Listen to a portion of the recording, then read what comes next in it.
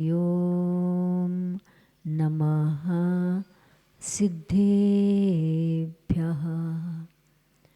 नमः श्रीवर्धमानाय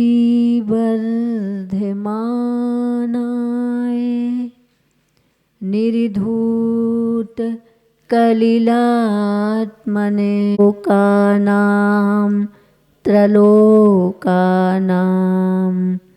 यद विद्या दर्पणायते यद विद्या दर्पणायते यद विद्या दर्पणायते। पंक नहीं पंकज बनूं मुक्ता बनूं नसीब दीप बनूं जलता रहूं गुरु पद पद में समीप गुरु पद पद में समीप।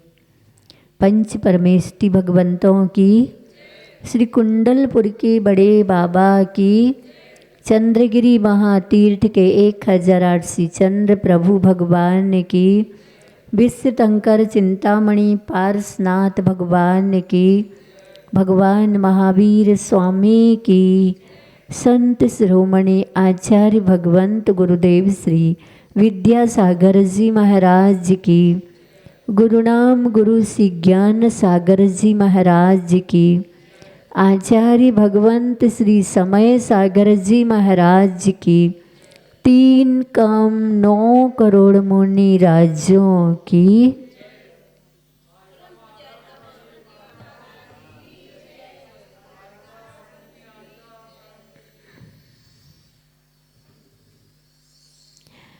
प्यारी प्यारी भव्यात्माओं, गुरु वर्णम भक्ति निर्झर के गवाक्ष से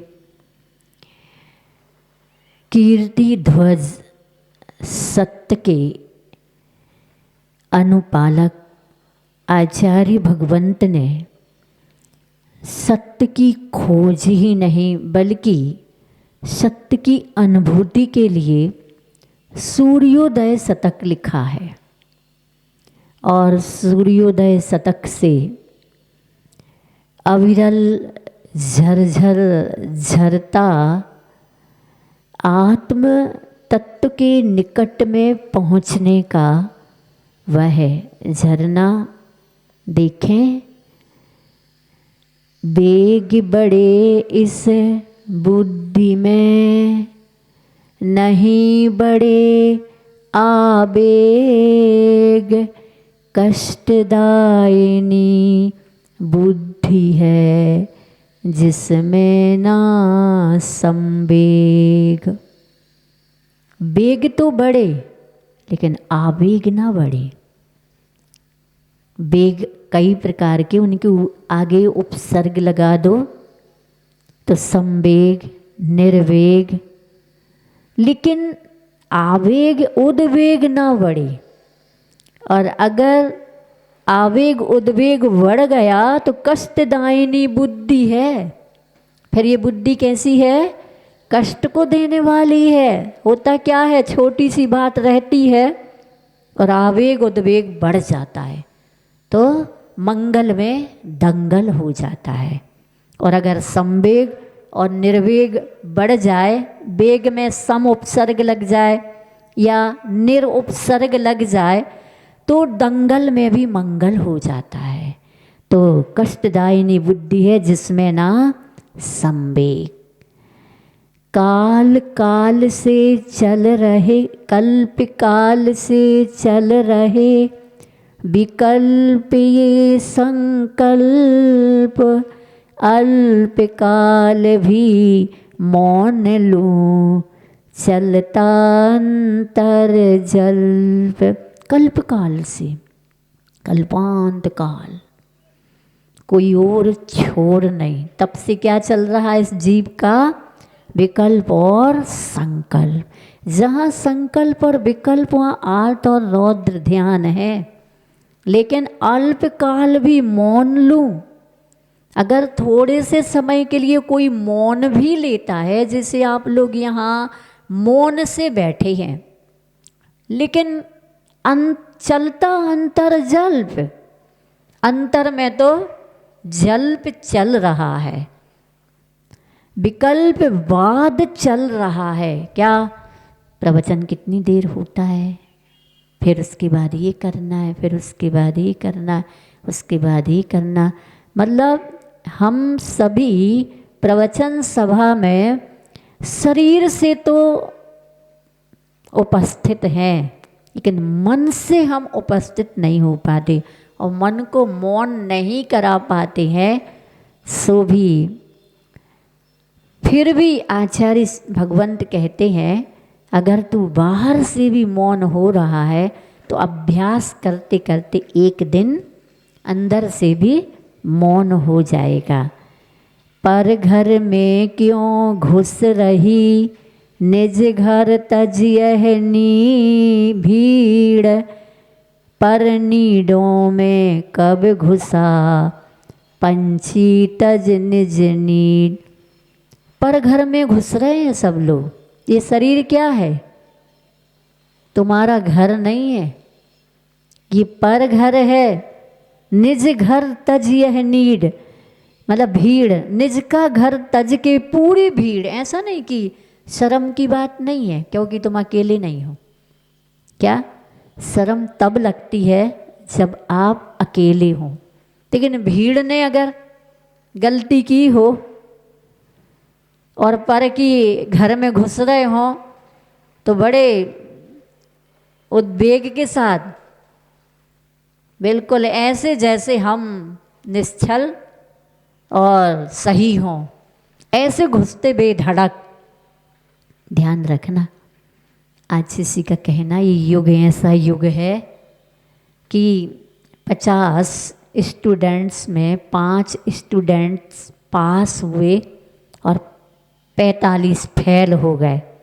आज किसी का कहना था टी पार्टी कौन मनाएगा, 5 नहीं 45, और उन 5 को शर्मिंदित करेंगे। ये आज का युग है। ऐसे युग में आचार्य को ये दोहा लिखना पड़ा और इसका दोहन करिए। पर घर में क्यों घुस रही निज घर तजिए है भीड़, पर नीडों में कब घुसा, पंछी तज निज नीड। देखा, पक्षी कभी भी घोंसले बनाते हैं, दूसरे के घोंसले में कभी नहीं घुसते, पक्षी नहीं घुसते। हाँ, ऐसा जरूर सुना है कि कोयल अपने बच्चों को अंडा देती है ना, तो वो कौए के घोंसले में रख देती है चुपचाप, पर घुसती नहीं है ताकि सुरक्षित रहे। क्योंकि कौआ कोयल के अंडों को क्या कर देगा, नष्ट कर देगा। लेकिन भूल करके भी दूसरे के घोंसले में पक्षी घुसते नहीं है। पर नीडों में कब घुसा, पंछी तज निज नीड। सो गुरु मैडम के गवाक्ष से भी कहना चाहूँगी कि एक बार आचार्य जी से किसी श्रावक भक्त ने पूछा, परिस्थितियों में, प्रतिकूलताओं में, संघर्षों में, चुनौतियों में, उपसर्गों में और परिसहों में आपको टेंशन नहीं होता क्या? आपको टेंशन नहीं होता? तो आचार्य कहते हैं टेंशन है ना हमारे पास, टेंशन है ना हमारे पास। मतलब आचार्य का कहना है 10 धर्म हमारे टेंशन है, यानी 10 सूर्य हैं। जिसके पास 10 सूर्य हो उसको टेंशन की क्या आवश्यकता। उत्तम क्षमा, उत्तम मार्दव, उत्तम आर्जव, उत्तम शौच, उत्तम सत्य, उत्तम संयम, उत्तम तप, उत्तम त्याग और उत्तम आकेचन और उत्तम ब्रह्मचर्य। बोलो, वो कभी तनाव करेगा, दूसरे पर तनातनी कि सनातनी है, तनातन नहीं होगा, टनाटन सनातन धर्म की शरण लेगा। वह सनातन आत्म तत्व है जिसमें सद्रव्य लक्षणम छुपा है। ना गजब उत्तर दिया कि सामने वाला विस्मित होकर निरुत्तर हो गया। आज इसने कहा सभी और प्रश्न प्रश्न प्रश्न प्रश्न है, लेकिन एक प्रदेश ऐसा भी है जिसमें प्रश्न नहीं है, उसका नाम है उत्तर प्रदेश। क्या आचार्य जी तुक भी बिठाते हैं और सब लोगों को अल्प कौतूहल में खुश भी कर देते थे। ऐसी अंतश्चेतना में हमें भी कि हम पर से प्रभावित ना हो। प्रभावित करने का मतलब राग रूप भी और द्वेष रूप भी। पर का प्रभाव पड़ता है तो नफरत भी खड़ी कर देते हैं, और पर का प्रभाव पड़ता है ना तो राग भी खड़ा कर देते हैं। इन दोनों से परे होना है तो 10 लक्षण धर्म के पर पंख अपने पास होंगे। फिर दुनिया कुछ भी कहती रहे, कुछ भी बकती रहे, बगुला का काम करती रहे, ज्ञानी सम्यक दृष्टि पर कोई प्रभाव नहीं पड़ता है।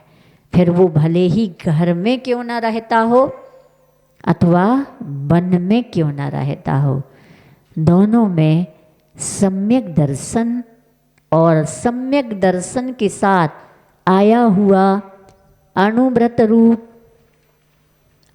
रूप नियम और महाव्रत रूप नियम।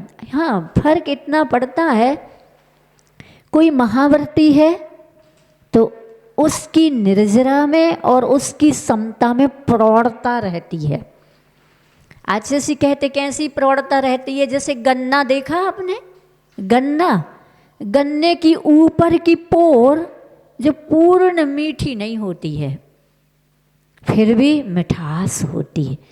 तो अविरति सम्यक दृष्टि वह जो कम मिठास वाली है, और उसके बाद अणुव्रति पंचम गुण स्थानवर्ती दूसरी तीसरी पोर ले लो, और अंतिम पोर बहुत मीठी शक्कर जैसी खा रहे हों घोल के, ऐसी अंतिम पोर मीठी होती। सो महाव्रत का यह समता रूप अथवा असंख्यात गुणी निर्जरा रूप परिणाम, और सम्यक दृष्टि की पहली पोर वैसे कोई खाते नहीं है।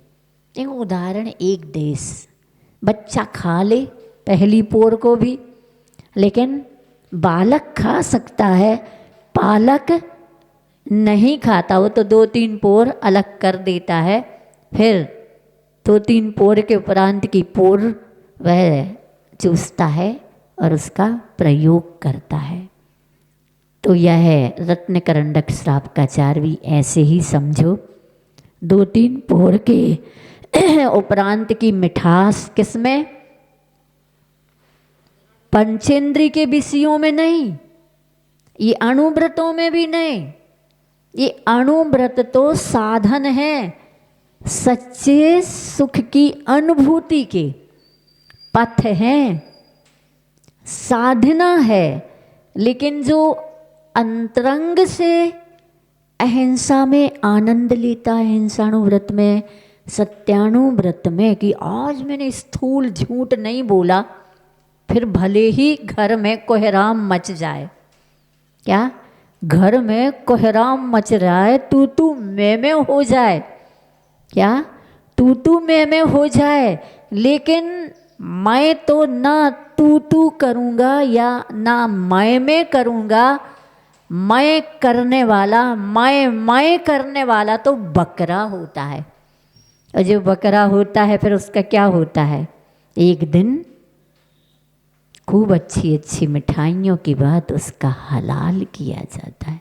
इसलिए मैं करूँगा तो कर्म मेरा हलाल करेगा। कर्म मुझे भी काट ही रहा है, काटेगा। हर पल हम कर्म से ही अपना जीवन जी रहे, लेकिन हम कर्म से भी ऊपर उठ के आत्मा की अनुभूति में अणुव्रत जैसे संकल्प का अनुभव कर सकते हैं कि आज मैंने स्थूल हिंसा का त्याग किया, न संकल्प पूर्वक कुछ भी हो जाए, संकल्प पूर्वक किसी की हिंसा नहीं करूँगा, संकल्प पूर्वक किसी को स्थूल झूठ नहीं बोलूँगा, संकल्प पूर्वक स्थूल चोरी नहीं करूँगा, संकल्प पूर्वक कभी किसी अपनी पत्नी के या पति के अलावा अन्य के ऊपर कुदृष्टि नहीं डालूँगा। ऐसे संकल्प में एक अलग अनुभूति आती है, एक अलग ही संतुष्टि मिलती है। आचार्य जी का कहना है, पाक शास्त्री भोजन बनाने में कितना भी अभ्यस्त क्यों ना हो, लेकिन जब वह पहली रोटी बनाता है तो करड़ी, कहीं से मोटी, कहीं से पतली, कहीं जली, कहीं कच्ची, परंतु सबको अपनी रोटी, दूसरे की रोटी में मीन मेख निकालता है, लेकिन अपनी रोटी में क्या गजब। पहली बार है तो अच्छे से कहते, मैं भी बताना चाहता हूँ, जब आप बच्चे को नर्सरी में KG 1 इत्यादि में डालते हो और वो वहाँ सिखाया जाता है उसको, लेकिन वो सीख नहीं पाता है और वह स्लेट में एक टेढ़ी मेढ़ी लाइन भी खींचता है, मतलब यूं यूं गूद भी देता है। तो आज से कहते उसने कुछ तो सीखा। कौन कहता कि कुछ नहीं सीखा? पेंसिल पकड़ना सीखा और भले यूं यूं टेढ़ी मेढ़ी कोई उसने लाइन बना दी हो, लेकिन सीख तो रहा है। ऐसे ही अणुव्रति सीख तो रहा है, भले घर में उसको कभी कभी अपने लिए नहीं, दूसरे के लिए, अपने लिए तो वो गुस्सा करेगा ही नहीं, अपने लिए तो वो झूठ भी नहीं बोलेगा, लेकिन अगर पर संकट है, परेशानी है, परेशान है, तो दूसरे के लिए पथ पर स्थित करने के लिए वह झूठ भी बोल देगा। ऐसा झूठ जो झूठ किसी के लिए घातक सिद्ध नहीं होगा। तो कितना व्यापक और गहरा रहस्य है जैन दर्शन में। मुंह में पानी आना चाहिए कि हम भी करके देखें, हम भी करके देखें, हम भी ऐसा करके देखें, हम भी एक दिन ऐसी साधना करके देखें। बनारसी दास जी के मुंह में पानी आया था कि नहीं? समय सार नाटक लिखा, समय सार पढ़ के, समय सार कलश और समय सार ग्रंथ को पढ़ के उन्होंने समय सार का क्या कर दिया? अनुभव करने के लिए घर के अंदर कक्ष में निर्वस्त्र होके 3 दिन का उपास लेके बैठ गए। आयो ना आत्म स्वाद। क्यों? क्यों नहीं आया? क्योंकि संकल्प पूर्वक त्याग नहीं किया। कोई गुरु नहीं मिले, गुरु मिलते तो उनके संकेतों से तो झिनवाणी पढ़ करके हो गया है। इसलिए जीवन में एक अच्छे गुरु की आवश्यकता होती है, जो अच्छे भी हों, सच्चे भी हों और वास्तव में नाम के संत नहीं, साधना के संत हों।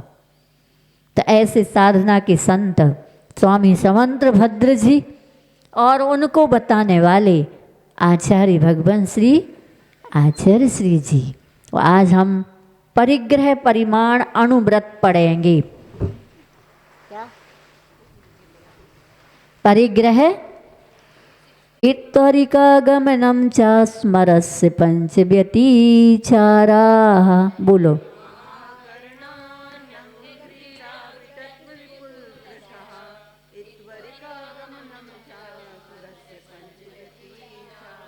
हाँ, अन्न विवाह करणानंग कीड़ा विटत्त विप्लुत्रसाः इत्वरिका गमनम च अस्मरस्य पंच व्यतिचाराः। अन्न विवाह करण, विवाह करण, अनंग क्रीड़ा, विटत्त विपुल त्रसा, ये क्या है? अन्य विवाह करनन, अन्य दूसरों के, अपने तथा अपने आश्रितों को छोड़ करके दूसरे के विवाह में सहयोग देना, विवाह करवाना, दूसरे के विवाह करवाना। हमने ब्रह्मचर्य अणुव्रत ले लिया है तो अब घर गृहस्थी में रिश्ते और रास्ते तो चलते हैं, लेकिन अब हर किसी की जिम्मेदारी ले लो, पड़ोसी की भी ले लो, गांव के लोगों के, नगर के, कहीं से भी किसी ने भी कहा भैया हमें लड़की देखने है, कहाँ कौन सी लड़की, उन्हें लड़का देखने है, कौन सा लड़का, तो तुमने बता दिया नहीं, ये भी कुंडली मिलवा देना। वो क्या चलता है आजकल? दलाली। दलाली नहीं करेगा वो, ने अन्य का विवाह करने में सहयोग नहीं करेगा। फिर परिचय सम्मेलन, तो ये क्या है? प्रतिमाधारी हमें लगता नहीं करेगा। हाँ, फिर अनंग क्रीड़ा, यानी स्वाभाविक अंगों को छोड़कर अन्य अंगों से काम क्रीड़ा करना। विटत्त, हाँ, अदम्य लालसा रखना। विटत्त का मतलब अदम्य आलसा रखना। फिर विपुल त्रसाहा, हाँ, ये है अदम्य लालसा रखना। और विटत्त में आएगा शरीर तथा शब्द से कुचेष्टा करना, काम भोग। और विटत्त ने ये हो गया। और विपुल त्रसा ने अदम्य लालसा रखना। इत्वरिका गमनम, व्यभिचारिणी स्त्री के घर आना जाना, जो वेश्याएं होती ना उनके घर आना जाना। इस प्रकार से ये 5 अतिचार ब्रह्मचर्य अणुव्रत के हैं। एक बार बहुत अच्छी एक कहानी पढ़ी थी कि कोई संत थे वस्त्रधारी जैनेतर, और उनको बीच में नदी पड़ती थी और इस नदी से उस पार जाना था। तो उस नाव पर बैठ करके जा रहे थे, तो नाव का खेने वाली लड़की थी, बहुत सुंदर लड़की थी। तो वो तो संत बहुत पहुँचे हुए थे, साधनारत थे, लेकिन उन्होंने उस लड़की को देखा तो उनके भावों में उस लड़की को अपनाने की बात मन में आ गई। आखिर उनका मन रहा नहीं, चुप नहीं रहा, और उन्होंने उस लड़की से बीच मझधार में मतलब बीच नदी में गए, तो उन्होंने अपनी भावना रखी। तो उन्होंने कहा आप कैसी बात करते हो, आप संत? उन्होंने कहा नहीं, कुछ नहीं, कोई नहीं देख रहा। तो उन्होंने कहा किसने कहा कोई नहीं देख रहा है? देखो ना, ये सूर्य तो देख रहा है। अच्छा, बोले सूर्य देख रहा है तो मैं इसको भी लुप्त कर देता हूँ। और उन्होंने कोई मंत्र पढ़ा और ऊपर से बादल ने सूर्य को ढक दिया। बोले अब तो कोई भी नहीं देख रहा है। तो मालूम वो लड़की कितना अच्छा उत्तर देती है कि आपने जिस प्रकार सूर्य पुंज को ढक दिया है, क्या वैसे आप अपने विकार दृष्टि को नहीं ढक सकते? तो ये विकार दृष्टि में आता है, और दृष्टि में पहले मन में आता है। पर दृष्टि ने पहले देखा ना, ये वस्तु हमने देखी, ये तो मेरी है, तब फिर मन में विकार आएगा कि नहीं, लेना तो है, कि मेरी है, जैसे भी मिले वैसे ही लेंगे, साम दाम दंड, जिस तरह से भी बनेगा वैसा लेंगे। तो कितनी जल्दी आचार्य जी कहते हैं, ये जीव अज्ञान दशा में ऐसे ऐसे कर्म करके आया है कि अच्छों अच्छों के मन हिल जाते हैं। क्या? अच्छों अच्छों के मन हिल जाते हैं, और उनके ऊपर हिल पहाड़ टूट पड़ते हैं, और वो अपने आप को संभाल नहीं पाते हैं। ऐसे आचार्य भगवंत का सुबह प्रवचन चल रहा था, लेकिन कुछ सम्यक दृष्टि ज्ञानी ऐसे होते हैं कि पहाड़ भी टूट जाता है तो उस टूटे पहाड़ को भी पछाड़ देते हैं, ऊपर आने ही नहीं देते, गिरने ही नहीं देते, वो अपनी साधना को चूर चूर होने ही नहीं देते हैं। ऐसे साधक, अद्भुत साधक हम पुराण ग्रंथों में भी पढ़ते हैं, और हमें पुराण ग्रंथ में पढ़ने की आवश्यकता नहीं पड़ी। हमने साक्षात आचार्य जी को भी ऐसा ही अद्भुत अखंड ब्रह्मचर्य व्रत का साधक देखा है। यही चंद्रगिरी में आचार्य जी ने बहनों को कहा था, तुम लोगों को अप्रयोजन भूत विचार मन में भी नहीं आना चाहिए, और मैं भी इसी साधना का साधक हूँ। आज तक एक पल के लिए भी, एक क्षण के लिए भी अप्रयोजन भूत विचार मेरे मन में भी नहीं आए। कितनी सहजता, पवित्रता और पावनता थी, जिनका दर्शन हम सब दर्शन ही नहीं पूजन करते थे, पूजन ही नहीं उनकी आराधना करते थे, और आराधना ही नहीं प्रार्थना करते थे कि वो हमारे नगर गांव शहर में आए, और नगर गांव शहर में आना ही सीमित नहीं, हमारे घर में उनका आहार हो। इतना ही नहीं, उनके वो देखते हुए हमें आशीर्वाद दें। इतना ही नहीं, वो हमसे बोले भी और हम पर गुरु कृपा भी करें। कैसा युग था, एक इस युग में कैसी चहल पहल थी, कितनी शांति थी। लगता ही नहीं था कि कलयुग है और पंचम काल है, ऐसा लगता था कि पूरा काल चौथा ही काल है। वो सब जगह जहाँ आचार्य होते थे वहाँ तो जंगल में मंगल होता ही था, लेकिन जिसने आचार्य जी को देख लिया और आचार्य जी से कुछ बोल लिया और आचार्य ने भी कुछ उत्तर दे दिया और तुम्हें ही देख के आशीर्वाद दे दिया, तो बरसों तक के लिए वो घर में अभी वही दृश्य, जब भी दुकान में खाली बैठे अथवा महिला वर्ग घर के अंदर हो, कितना अच्छा लगता। एक महिला को बहुत मुश्किल से दर्शन मिला कहीं पर, वो थोड़ी बुजुर्ग थी, तो जैसे ही दर्शन मिला उसने मन भर के देखा, बाहर आके कहती आज तो जी जुड़ा गओ। बुंदेलखंड में आज तो जी जुड़ा गओ। सबने पूछी का होगा, बोले आज तो आचार्य श्री को पूरो देख के ऐसो लगो जैसे जी ठंडो हो गओ। न खुश हो के लौटते थे लोग। वो पल हमारे कर्मों की पछाड़ से क्या हो गए, हमसे दूर हो गए। काश वो पल हमें और मिलते तो शायद हम अपने आप को और क्या करते, क्या आश्चर्यमय होता ये संसार। लेकिन पुण्य उनका नहीं था कि हमारा नहीं था, हम लोगों का पुण्य नहीं था। वो तो अपनी एक एक पल की साधना साथ ही साथ दुर्लभ पुण्य में भिगो के कर रहे थे, पर हमको भी दे रहे थे, हम सबको दे रहे थे कि चलो तुम भी ले लो, तुम भी ले लो, तुम भी ले लो, तुम भी कर लो, कम से कम संस्कार तो बना लो। क्या कि हम आत्म तत्व हैं, भले कुछ ना करो अभी, इतना तो दिन में एक दो बार याद कर लिया करो कि हम शरीर रूप नहीं है, आत्म तत्व रूप हों। और कभी कभी अगर वस्तु सबको मिल गई और तुम्हें ना मिले तो सोच लिया करो सबको मिल गई, बस यही मेरी प्रसन्नता है।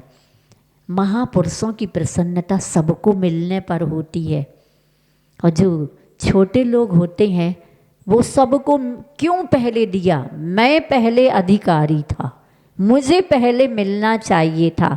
इस प्रकार से वह तो किसी ने कहा है चाहे अभिमान का बोझ हो और चाहे सम्मान का बोझ हो, दोनों बोझ डुबा देते हैं।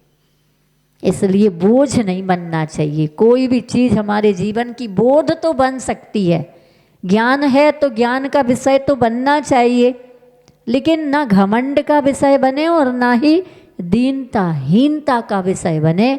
मान प्रमाण का विषय बन जाए। क्या? मान प्रमाण का विषय बन जाए, ज्ञान का विषय बन जाए। नहीं, क्योंकि मान ने अच्छों को क्या तैरते तैरते डूब गए, क्योंकि उनको अभिमान था। क्या? तैरते तैरते डूब रहे क्योंकि उनको अभिमान था, डूबते डूबते तैर गए क्योंकि उन पर तू मेहरबान था। कितनी अद्भुत ये बातें, जो बातें नहीं हैं, क्या है, ये हमारे जीवन के जीने के क्षण बन जाएं तो ये हमारे जीवन में अगर बीज के रूप में हमने बो दिए उपयोग और योग में, बुद्धि में और ज्ञान में और मन में, तो कितना अद्भुत बड़ा वृक्ष गुणों का फल फूलों से भर जाएगा, लद जाएगा। तो हाँ,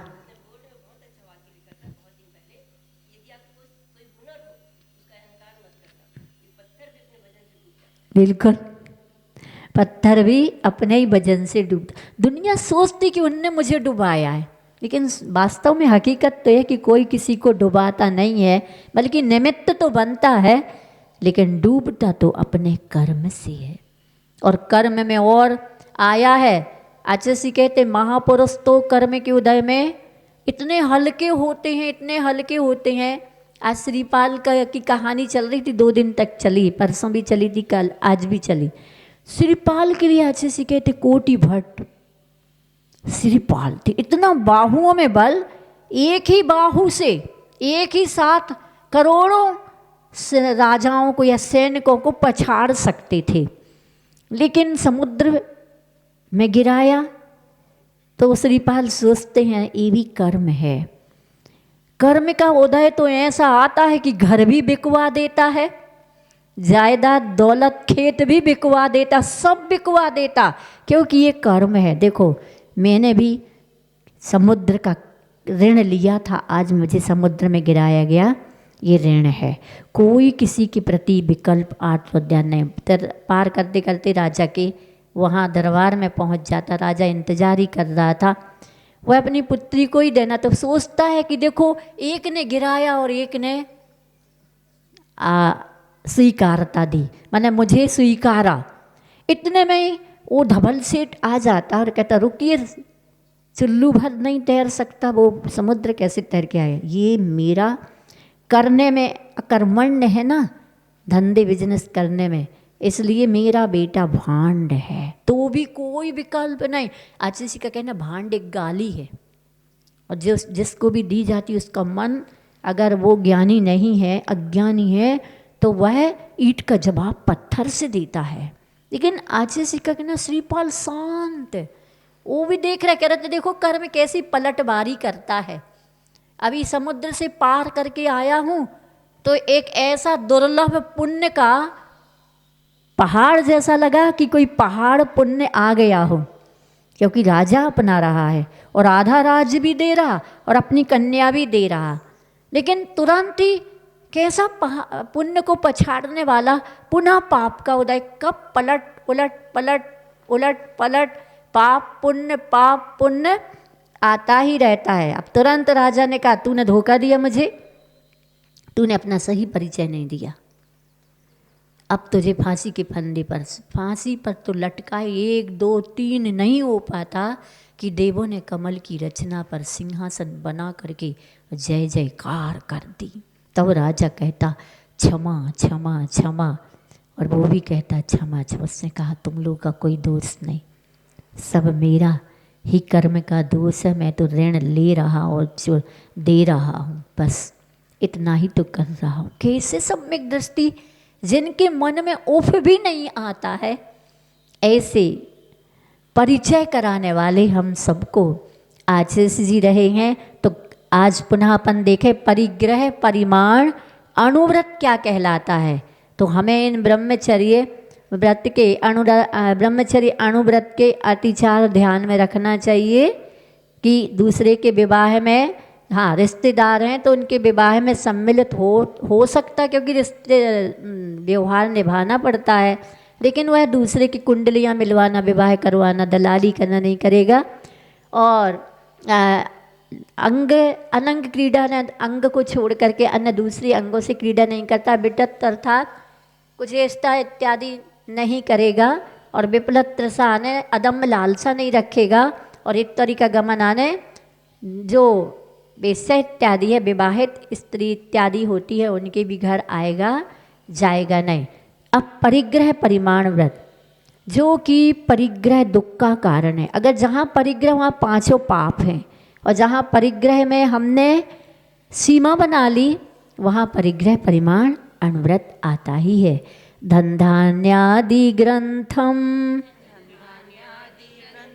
धनधान्यादि ग्रंथम परिमाय ततोधिकेषु निस्पृहता, परिमाय ततोधिकेषु निस्पृहता, परिमित परिग्रहस्य दीक्षा परिमाण नामापि।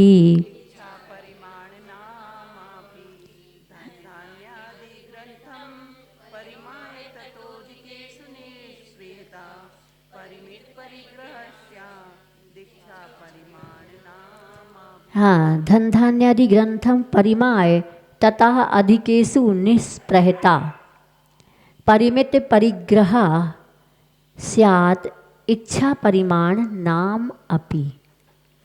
हाँ, धन धान्यादि ग्रंथम, जो धन धान्यादि है ना, आता ना बास, धन धान हिरण्य सुवर्ण दासी दास कुप्प भांड प्रमाणाति क्रमा, 10 प्रकार के जो बाह्य परिग्रह हैं उनमें परिमाय परिमाण करके, यानी सीमा बना करके, प्रमाण करके, ततः उनसे अधिकेषु अधिक में निस्पृहता इच्छा रहित होना, परिमित परिग्रह, ये परिमित परिग्रह अथवा इच्छा परिमाण नाम अपि, इच्छा परिमाण नामक अनुव्रत स्यात् है। क्या? धन धान्यादि जो है ना, जितना आपको रखना है उतना रख लिया, उसके बाद आगे की इच्छा नहीं करना, निस्पृहता रखना।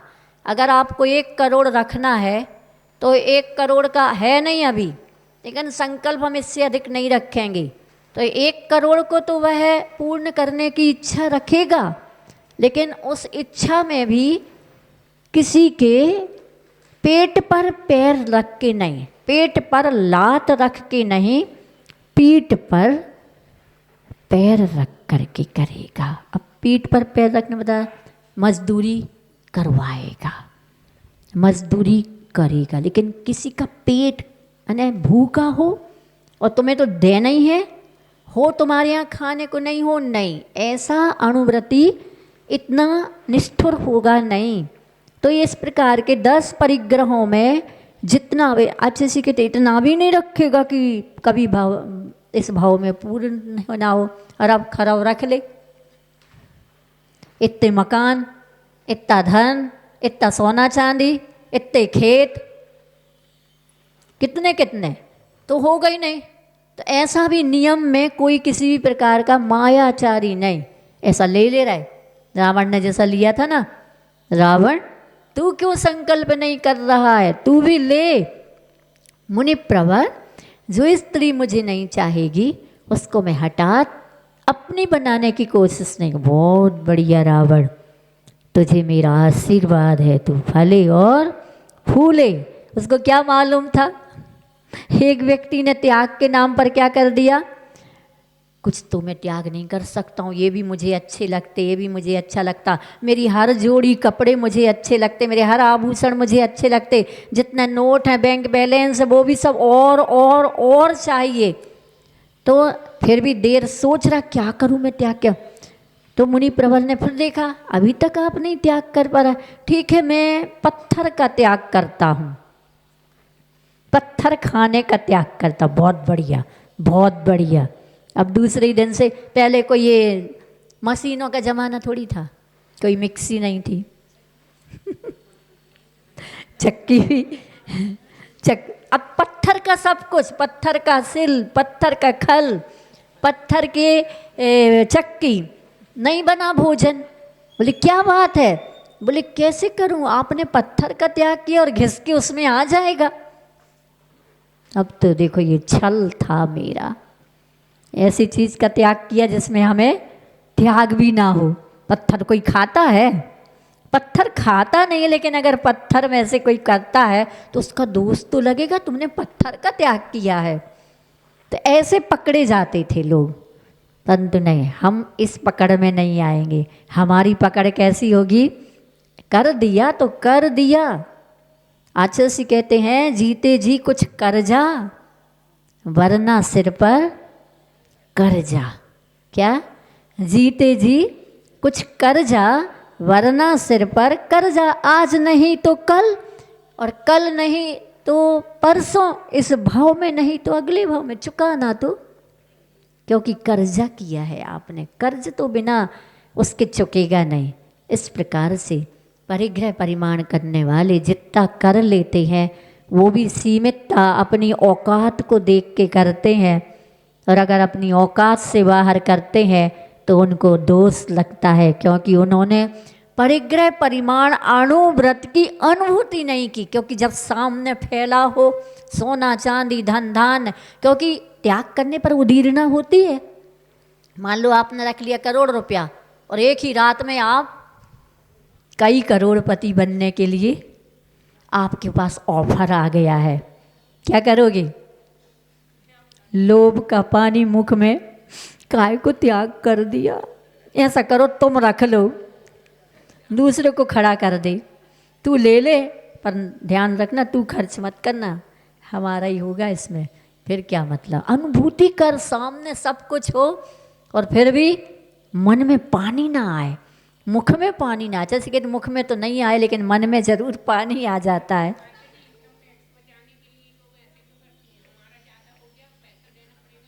हाँ वो तो है ही। इसलिए इनकम टैक्स सेल टैक्स की चोरी का राज्य विरुद्ध आ गया। राज्य के विरुद्ध में सब कुछ सम्मिलित है। रिजर्वेशन, सरकारी चीज़ों का उपयोग करने में जो भी, इस प्रकार से हमें विचार करना चाहिए। बोले भगवान महावीर स्वामी की, संत श्रोमणी आचार्य भगवंत गुरुदेव श्री विद्यासागर जी महाराज की, गुरुनाम गुरु श्री ज्ञान सागर जी महाराज की, आचार्य भगवान श्री समय सागर जी महाराज की, 3 काम 9 करोड़ मुनि राज्यों की